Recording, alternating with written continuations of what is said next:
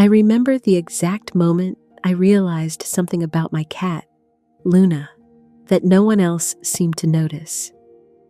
It was late November, the kind of cold where the wind feels like it's slicing right through your coat, and the house was wrapped in that quiet stillness that only a Sunday evening can bring. And yet, Luna was acting strange, not her usual lazy, sunbeam-chasing self. She was on edge, restless, darting from room to room, her eyes wide like she'd just seen something I couldn't. I always thought cats just had mood swings, or maybe were moody creatures who like to toy with our nerves. But what Luna was doing that night? It was different, almost like she was trying to tell me something urgent, something I needed to find. You might think, it's just a cat. That was what my friends said when I told them. Cats are cats. They don't have secrets or messages. But if you'd met Luna, if you'd seen the way she would stare at the corner of a room like it held the universe's greatest mystery, you'd know it's not just coincidence. There was something about her that night, something unexplainable that changed everything. I live in a small town called Ashford, nestled deep in Vermont's countryside, the kind of place where the trees outnumber people and the snow feels like it's part of the soil itself by December. The house I moved into was an old Victorian, built in the early 1900s, with creaky floors, narrow hallways, and a smell of aged wood that clings to your clothes. I'd bought it about 6 months earlier, a fresh start after a messy breakup and a stressful job in Boston. Luna came with me, a little black and white rescue cat with the softest fur and eyes that always seemed to hold a little mischief. In those early days, Luna was my constant companion. She'd curl up on my lap as I unpacked boxes, purring softly, a steady heartbeat against the quiet of the empty rooms.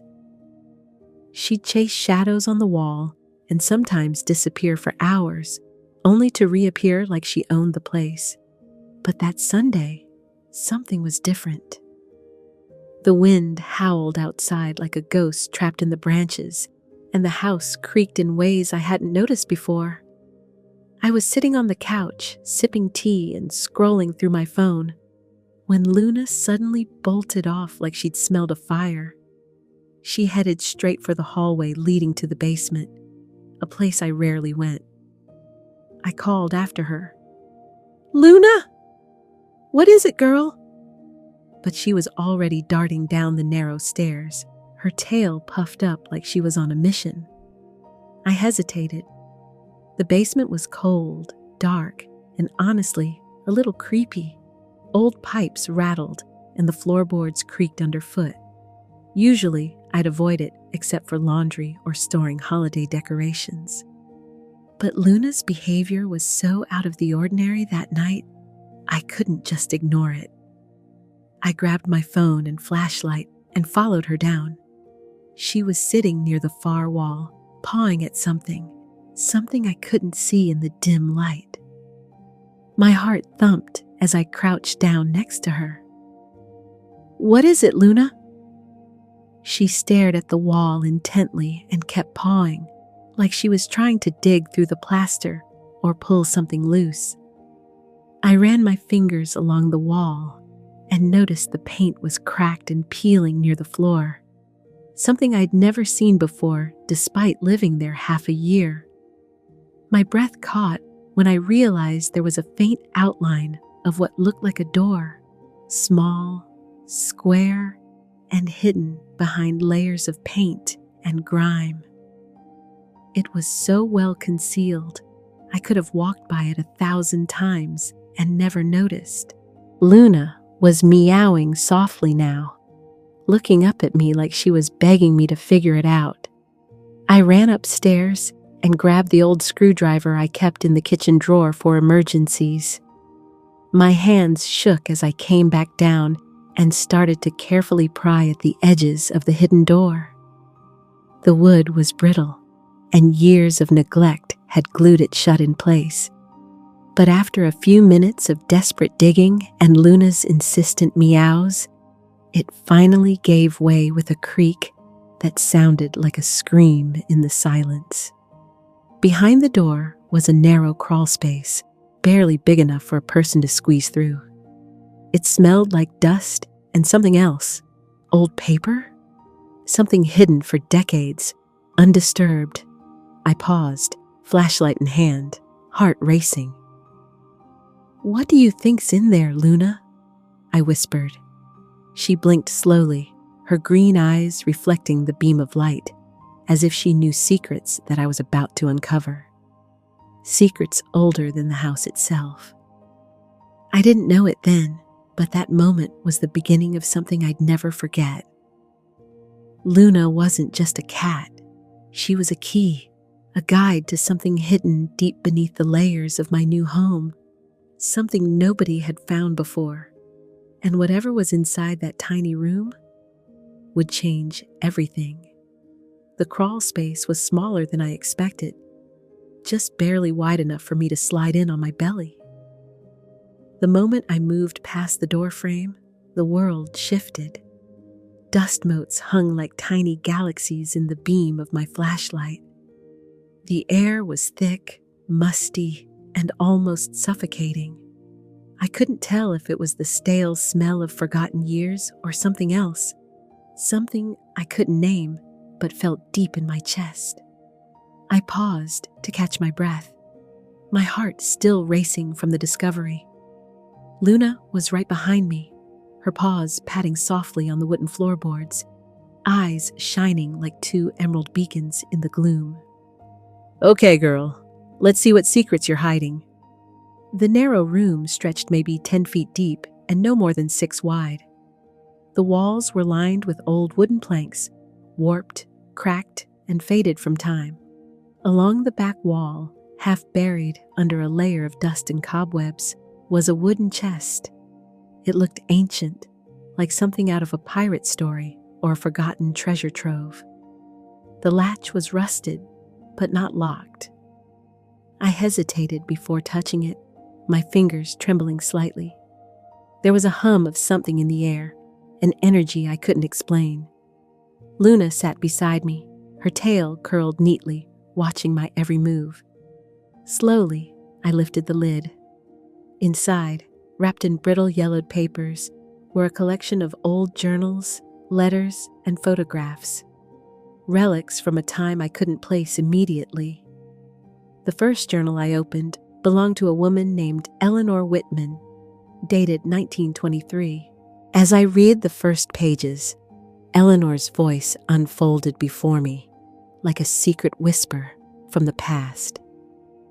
She was the original owner of the house, a woman who had lived here nearly a century ago, a recluse who rarely left the property.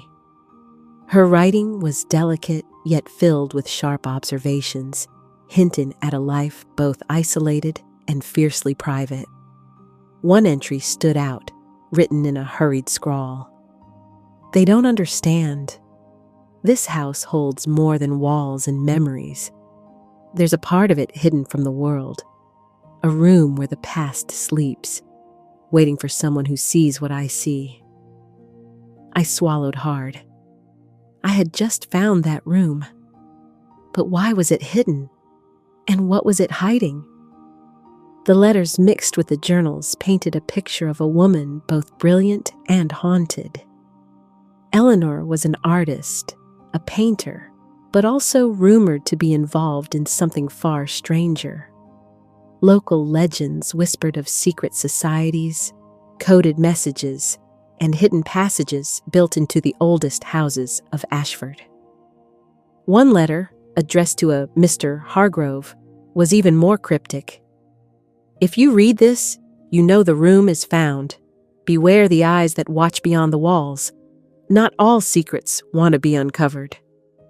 I felt a chill crawl up my spine, the silence of the crawl space suddenly heavier, as if the house itself was holding its breath.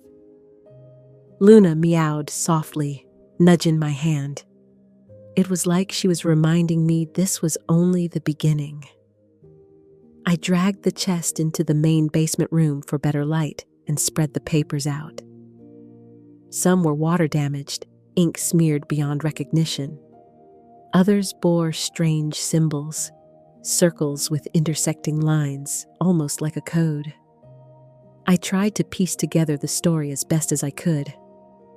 Eleanor's last entries became more erratic, speaking of the Watchers and the shadow beneath the floor. The final journal page was a hurried scrawl. The room beneath the room. It's not just a place, but a passage. I've hidden what they seek inside. Whoever finds this must be ready. My mind reeled. What could be beneath this basement? Another hidden room? A secret passage? And what or who were they? I sat back, overwhelmed. Luna jumped up onto my lap, purring loudly, her warmth a sharp contrast to the chill in my bones. I thought about calling someone, a friend, maybe a local historian. But there was something about this discovery that felt too personal, too fragile to share just yet. I needed to understand it myself. That night, I barely slept. Luna stayed close, her presence oddly comforting amid the flood of questions swirling in my mind. I kept hearing the faint sound of scratching, not loud, but persistent, coming from somewhere beneath the basement floor. I chalked it up to mice or rats, but Luna's intense stare into the corner told me otherwise. The next morning, the weather had turned. Ashford was blanketed in fresh snow, the cold biting and sharp, making the old Victorian house seem even more isolated. I wrapped myself in a thick sweater and sat at the kitchen table, surrounded by Eleanor's journals and letters, trying to make sense of the symbols. A knock on the door startled me. It was my neighbor, Mrs. Callahan, a kindly woman in her 70s who had lived in Ashford all her life. "I heard you moved in recently," she said, smiling gently, "and I just wanted to welcome you." I thanked her and, feeling bold, mentioned the hidden door I'd found in the basement. Mrs. Callahan's smile faded for a moment, replaced by something almost like fear. "Ah, you've met Eleanor's secret," she whispered. "That house, it's always been different. Folks say it holds shadows from the past. You should be careful, dear." Her words sent a fresh wave of unease through me. "What do you mean?" I asked. She glanced around, lowering her voice. "There's more to that house than just old wood and dust. Eleanor was a strange one. Some say she dabbled in things beyond this world. And that hidden room? It's not the first secret in that basement. Just be careful who you tell." That afternoon, I went back down to the basement, Luna trailing behind me like a shadow. I looked for anything else hidden. Loose floorboards, strange markings, anything that might hint at what Eleanor meant by the room beneath the room. Near the far corner, where the floor met the wall, I found a faint outline in the dust. I knelt down and brushed away years of grime to reveal a latch, small, metal, and almost invisible. My heart raced as I pulled it. The floor shifted slightly beneath me, revealing a narrow staircase descending into darkness. I flicked on my flashlight and took a deep breath.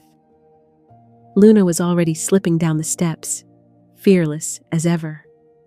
The air grew colder as I followed her, the walls closing in. The stairwell ended in a small chamber, even older, more decayed, and strangely untouched by time. In the center of the room was a pedestal, and on it rested a single object, a leather-bound book, thick and heavy with age. The cover was embossed with symbols matching those in Eleanor's journals. I opened it, and my breath caught. The pages were filled with sketches, notes, and what looked like a map. A map of Ashford, but with strange markings pointing to locations I didn't recognize. One page was a self-portrait of Eleanor, eyes wide and haunted with the words, "The truth lies beneath the roots of this town. They watch, but only one who understands can find the way." I sat there in that forgotten room, the weight of history pressing down on me. Luna curled beside the book, her eyes closing in a rare moment of calm. I realized then that this was bigger than me, bigger than the house or even Ashford itself. And somehow, Luna, just a cat, they said, was the one who had led me here. What was this truth Eleanor had hidden? Who were they watching from the shadows? And more importantly, what was I supposed to do with this knowledge?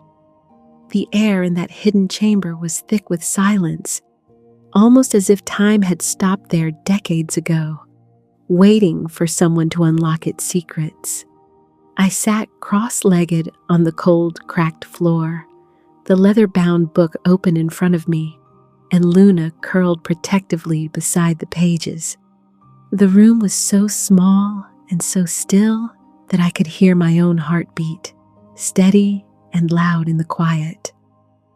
For a long moment, I just stared at the sketches, maps of Ashford overlaid with strange symbols and cryptic notes written in Eleanor's neat, precise handwriting.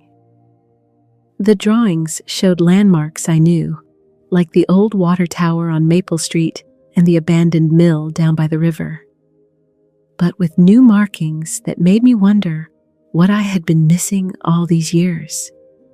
Luna's soft purring was the only sound breaking the silence, a gentle reminder I wasn't alone. The truth was settling on me like a weight. Eleanor had been guarding something powerful and dangerous, something hidden not just in the walls of my house, but beneath the entire town. But why?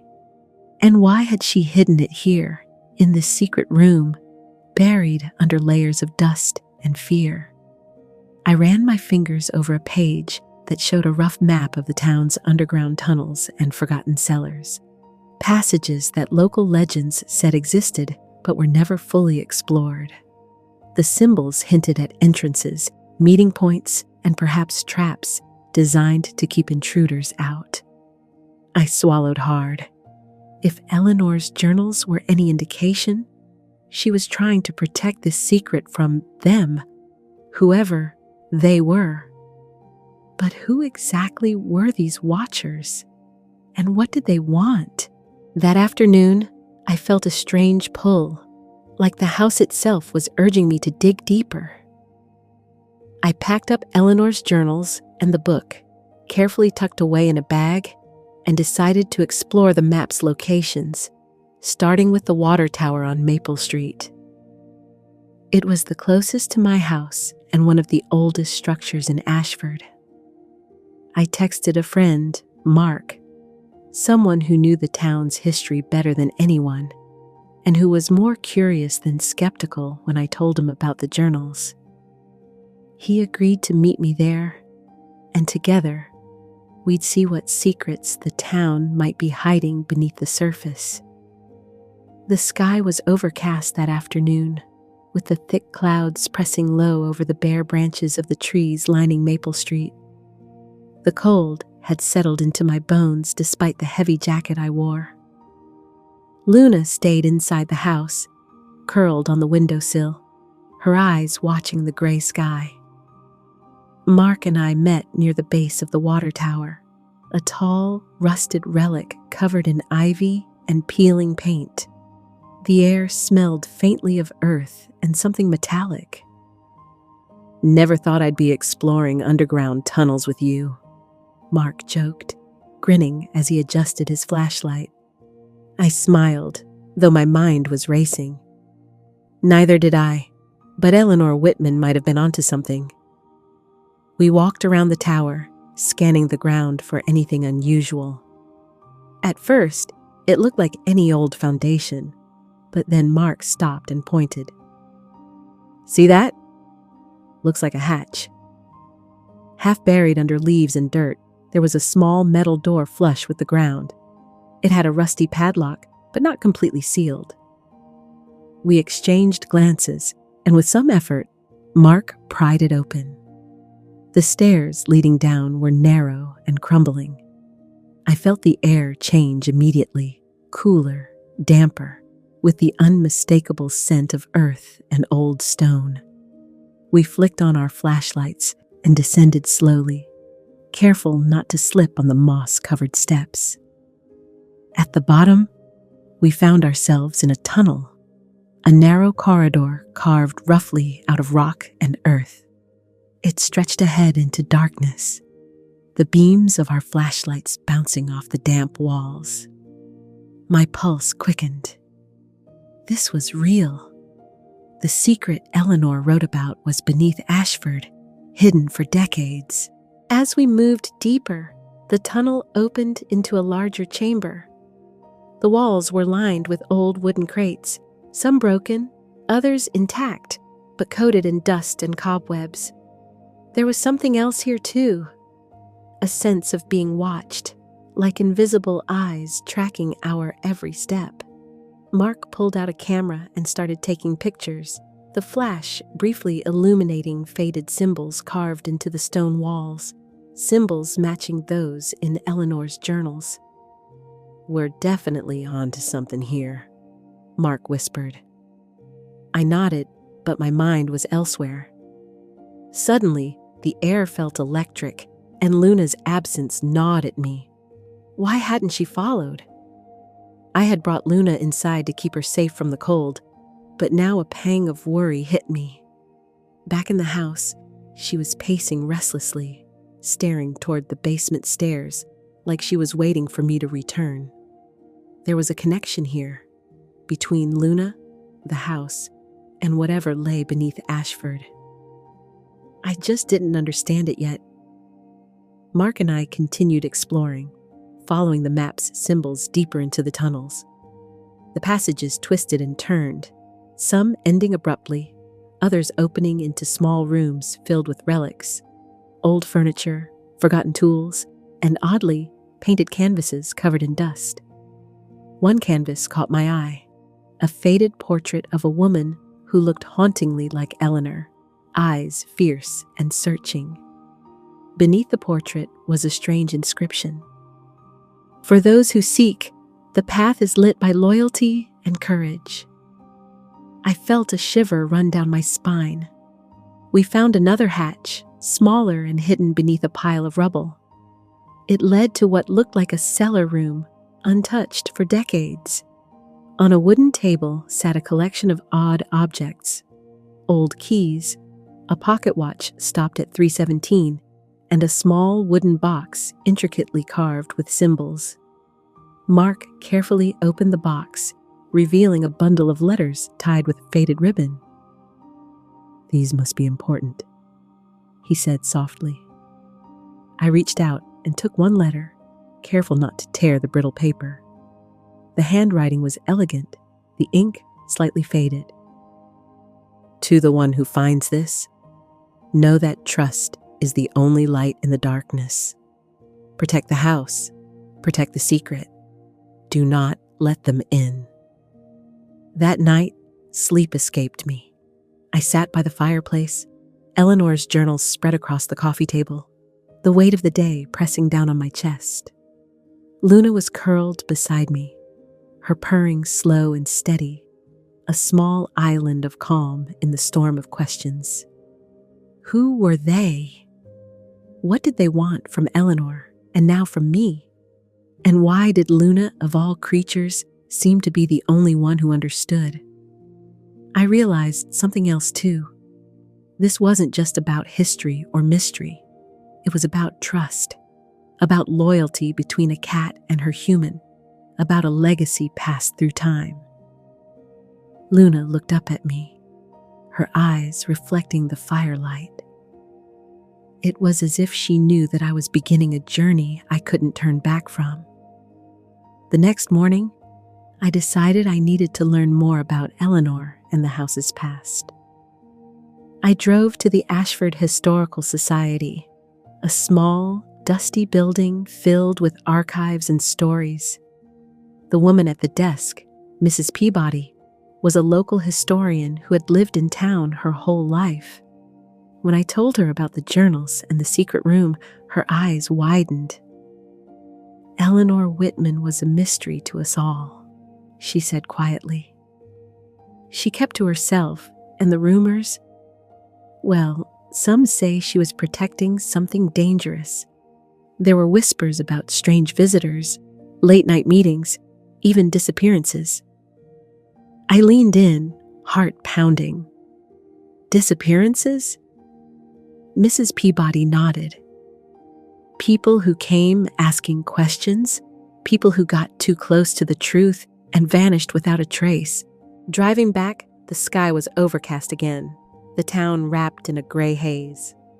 I kept thinking about Luna, how she had led me to the hidden room, and how somehow she seemed to hold the key to all of this. Was she just a cat? Or something more? A guardian? A guide? Whatever she was, I knew one thing for sure. My life had changed forever. And the secrets of Ashford, buried deep beneath its streets, were just beginning to reveal themselves. That night, the house felt different, heavier, like it was holding its breath, waiting. I sat in the dim glow of the kitchen lamp, Eleanor's leather-bound journal open in front of me, and Luna nestled against my feet, her fur warm and steady.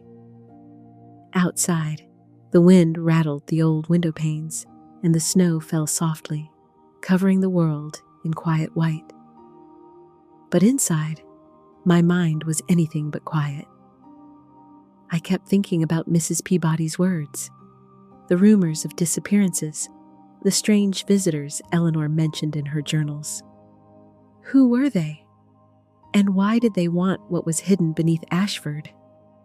Earlier that day, I'd taken a closer look at the strange symbols carved into the walls of the tunnels, the ones Mark and I had photographed. They looked like some kind of code, a language I couldn't decipher yet, but the recurring patterns made me suspect they were a warning. Do not let them in. That phrase echoed through my mind. It wasn't just a cryptic sentence. It felt like a command, a plea from Eleanor to anyone who might stumble upon her secret. I wasn't sure what I was more afraid of, what they might be, or the thought that the danger might already be inside my house. Luna seemed to sense it too. She paced nervously near the basement door, ears twitching, eyes scanning shadows like she could see things I couldn't. And then, at 2:13 a.m., I heard it. A soft, scratching sound, barely audible, coming from the basement. My heart jumped into my throat. I wasn't alone. I grabbed the flashlight and crept down the stairs, every step heavy with tension. Luna darted ahead, fearless, disappearing into the darkness of the hidden room.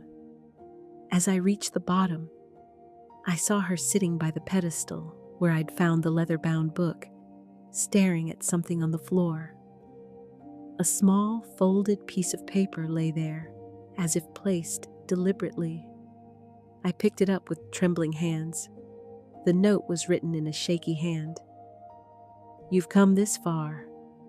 Be careful who you trust. Not all shadows hide in the dark. Some walk in the light. I sat back against the cold stone wall, the note clenched tightly in my fist. Luna jumped onto my lap, purring, but I felt numb.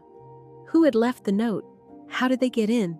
And most importantly, was it a warning or a threat? I called Mark, my voice shaking as I told him what happened. Stay put, he said firmly. I'm coming over. When Mark arrived, the house was wrapped in silence. We went down to the basement together, flashlights cutting through the dark like twin swords. We searched every corner, every crack, but found nothing. No sign of an intruder, No footprints, nothing but the lingering feeling of being watched. "This isn't just some forgotten mystery anymore," Mark said quietly. "It's alive, and it's close." Over the next few days, strange things began happening. Doors creaked open by themselves, lights flickered without explanation, and Luna, she was more restless than ever, darting from room to room, her eyes fixed on empty corners. One night, I woke to the sound of whispered voices, too faint to understand, but chilling all the same. I thought I was alone, until Luna's fur bristled and she hissed at the dark. I began digging deeper into Eleanor's past, desperate for answers. At the town library, buried in old newspaper clippings, I found an article from 1932.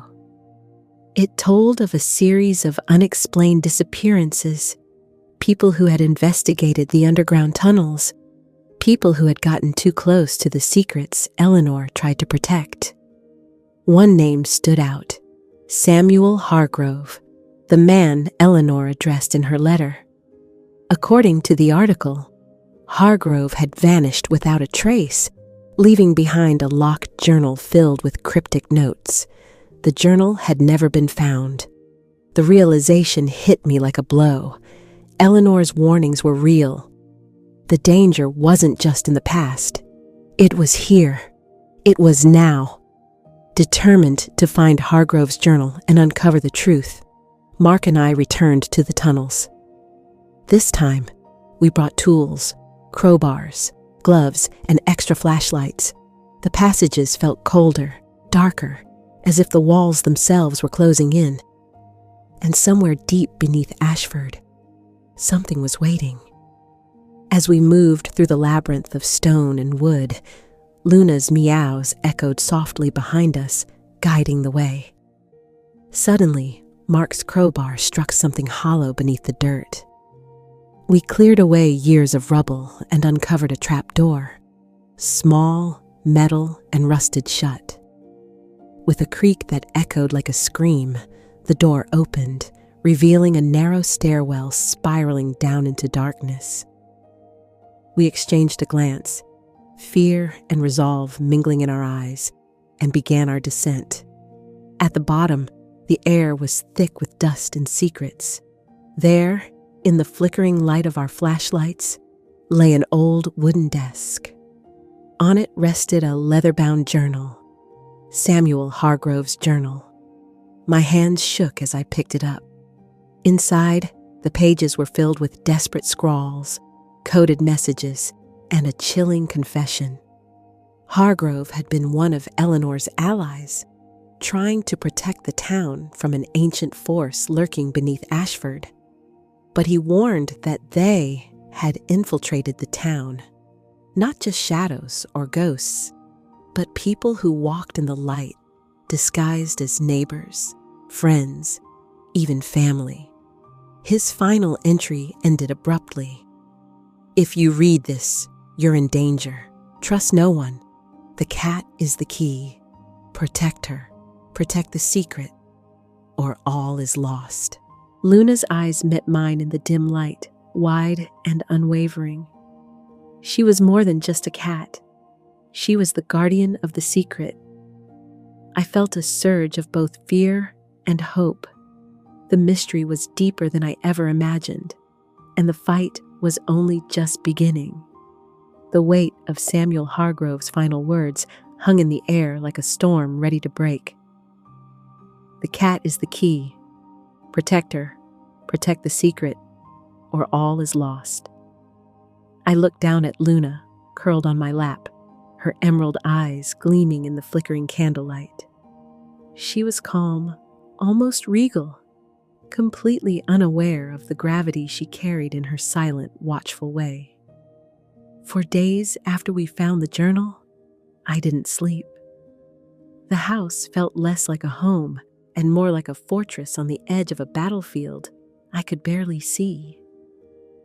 Mark and I spent every waking hour piecing together Eleanor's clues, decoding cryptic symbols and scouring the tunnels beneath Ashford for any trace of them, the shadowy figures from the journal who had invaded the town decades ago, hiding in plain sight. One evening, as the sun dipped below the horizon, casting long shadows across the snow-dusted lawn, I sat at the kitchen table, the latest journal pages spread before me. Luna padded over quietly and jumped onto the table, nose twitching as she sniffed the open book. It was a simple gesture, but in that moment, I felt a profound connection between us. Like she wasn't just a companion or a guide, but a guardian entrusted with a mission beyond comprehension. Then, as if on cue, the house creaked, a low, deliberate sound from the basement. Luna's ears pricked up, and she slipped off the table, tail flicking with urgency. "I think it's time," I whispered. Mark was already waiting when I called him. Together, we returned to the basement, the cold stone walls closing around us like a tomb. This time, we weren't just explorers, we were protectors, defenders of a secret too dangerous to fall into the wrong hands. Luna led the way, her confident strides carrying us deeper than we'd ever dared to go. The tunnels twisted and branched, their walls lined with the carved symbols Eleanor had painstakingly documented. Warnings, yes, but also guides. And then we reached it. A heavy wooden door, long hidden behind years of rubble and dust. The air grew colder, the silence thicker as I reached out and turned the rusted iron handle. The door groaned open, revealing a room unlike anything I had imagined. Inside, the air was thick with history and something else, an almost electric energy that prickled the skin. The chamber was lined with shelves holding ancient artifacts, old manuscripts, and curious relics that seemed to pulse with untold power. But it was the centerpiece that drew my breath away, a small pedestal bathed in a single shaft of light from a crack in the ceiling. On it lay a silver amulet engraved with the same mysterious symbols from the journals. I stepped closer, Luna now perched on my shoulder, her weight grounding me. The amulet felt heavy in my palm, cold and yet strangely warm, like it held the breath of 1,000 whispered secrets. Suddenly, a sound behind me, a faint shuffle, a whispered breath. I spun around, heart hammering, but saw nothing. "Who's there?" I called into the darkness. Only silence answered. That's when I understood. The threat was no longer just a story from the past. It was here, lurking in shadows, watching us, waiting for a moment of weakness. Luna's fur bristled, a low growl rumbling in her throat. She leapt down and positioned herself between me and the darkness, eyes blazing with fierce protectiveness. In that moment, I realized she was more than a guardian. She was a protector of the light, the last barrier between a secret that could destroy everything and the people who might never understand it, but still needed to be kept safe. We left the chamber that night with the amulet, the weight of Eleanor's legacy pressing on my shoulders like never before. The town above seemed peaceful, unaware of the ancient battle waging beneath its streets. But I knew better. The journals, the tunnels, the warnings, they weren't just stories to be uncovered and forgotten. They were a living history, a call to vigilance. In the weeks that followed, life returned to a fragile normal. I put away the journals, locked the basement door, and tried to reclaim the quiet rhythms of daily life. But Luna was never far from my side. She moved with a quiet purpose, a steady presence that kept the shadows at bay. One evening, as I sat by the window watching the snow fall, Luna jumped onto my lap, and looked up at me with those knowing eyes. "They said you were just a cat," I whispered, stroking her soft fur. "But you're so much more than that." Her purring filled the room, a soft hum of reassurance and strength. Sometimes the greatest mysteries don't come with answers. Sometimes they come with guardians, silent, fierce, and loyal beyond words. Luna led me to a hidden room, to secrets buried beneath the surface of a small town. But she also led me to something deeper: trust. The kind of trust that asks us to believe in the unseen, to hold fast when the night feels darkest. And maybe that's the real story. Not just about hidden rooms or forgotten journals, but about the quiet, powerful bond between a person and a cat, between past and present, light and shadow. Because in the end, Luna wasn't just leading me to a secret in the walls. She was leading me home.